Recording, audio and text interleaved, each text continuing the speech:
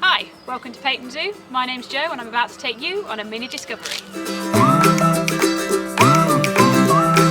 Peyton Zoo is a great place for getting outside and exploring the natural world. I'm here to help you do that with a few simple activities that you can do at home or even on your next visit to the zoo. And along the way we'll discover more about our fantastic animals and plants.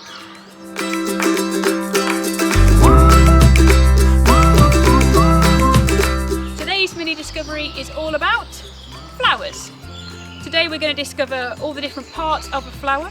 We're going to discover what is pollination, and we're also going to discover how all those different parts play a role in pollination as well. Now what you're going to need is, you are going to need a flower. I'll tell you a bit more about that in a second.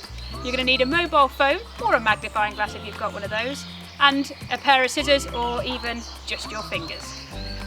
Make sure you've got permission to pick the flower that you use for this activity, and also make sure you don't eat any of the bits and your pets don't as well, as the flowers are toxic.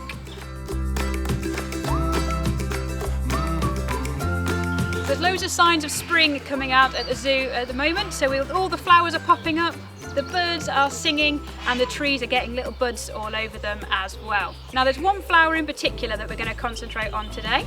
It is bright yellow and it's got a big trumpet on it. Do you know what flower I'm thinking about? That's right, I'm thinking about a daffodil. I've got lots of them in front of me here at the moment and behind me. Now did you know that daffodils have eggs inside them? And we're going to find out a bit more about that later during our activity. But first of all, we're going to think about the daffodil as a whole that we could see around us here. Now I've got a beautiful daffodil here behind me. Now the daffodils have got four main parts on them. They've got the roots down the bottom, that's the bit you can't see. You've got the stem, this really tall bit that the flower's on top of. You've got the leaves, that's these bits here. And the bit we're going to concentrate on today is the flower. Right, so let's head into the classroom here at the zoo and find out a bit more about these daffodils. Okay, so let's start by having a look at our daffodil as a whole. So you can see the nice big bright yellow flowers around the edge, and then our little middle trumpet here, and we'll have a closer look at each of those in a bit. Now the best way to get a close look at the whole thing is grab that mobile phone that you've got and take a quick picture. So let's snap a quick picture. There we go. And the great thing about that is that you can now look at your picture and you can zoom right in and have a really close look at all those different bits on the daffodil before we start pulling it all apart. So our first stage is going to be to take off these outer petals around the edge. So you don't need to do much force, you literally just need to pull them off really gently and then just put them down on there. So I picked a damaged one because it's nice to leave the good ones outside where everyone can enjoy them out in the zoo. So I've picked a damaged one here because this one's going to go over soon anyway. So picked all those outer petals off. Now at this stage, the great thing to do is just have a really good feel of them, because they feel kind of, I don't know, how do you think they feel? I think they feel kind of slimy almost, really, really smooth and squishy. Okay, so we've taken off the outer petals. Let's move on to the inner petals now. Now this bit here, round the middle, it's actually got a special name. Now it's actually quite a topical name at the moment. This middle bit here is called the corona. And that corona around the middle there is protecting all those super important bits inside. So we're going to try and pull that off. Now this is a bit that you need to be a bit more gentle on. It doesn't matter if it breaks. Let's see if we can peel that off around the outside there to expose the bits that we really want to see inside.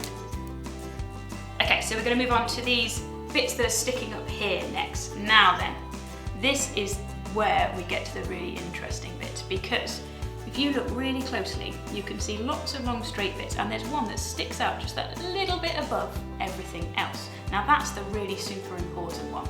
That one is called the style, and on the end of that you'll see a bit that looks a little bit kind of flared out, a little bit like a trumpet, and that one there is called the stigma, and the stigma is the important one for making sure that these flowers can keep flowering year after year after year.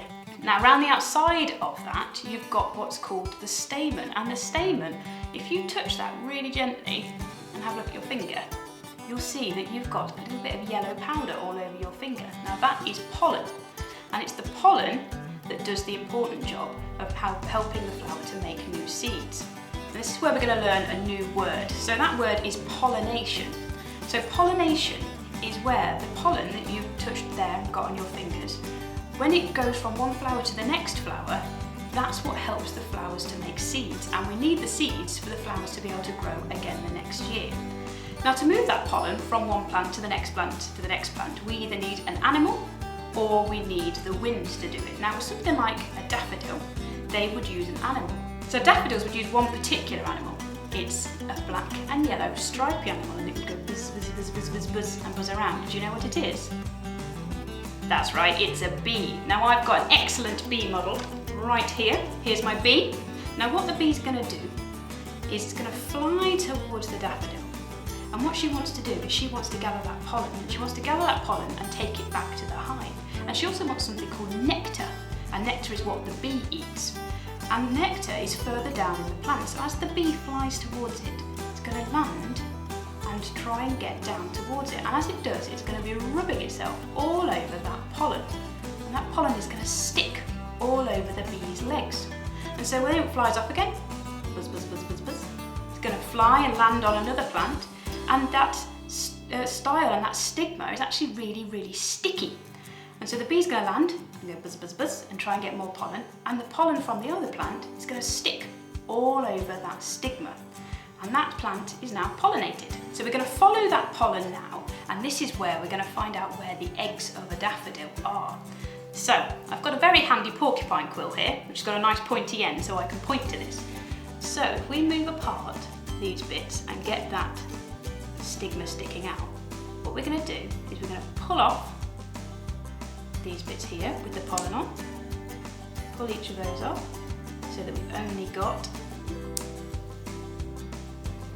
that stigma left, and you can see that style in the end now really clearly. Now the pollen would travel all the way down here and into this part down here.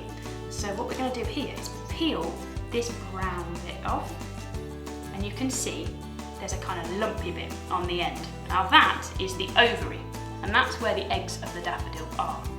So to make this a bit easier, I'm just going to take the stem off and put that to one side, and then put this down. Now to open up the ovary, you can use a pair of scissors if you want to, but actually even easier is just using your fingers.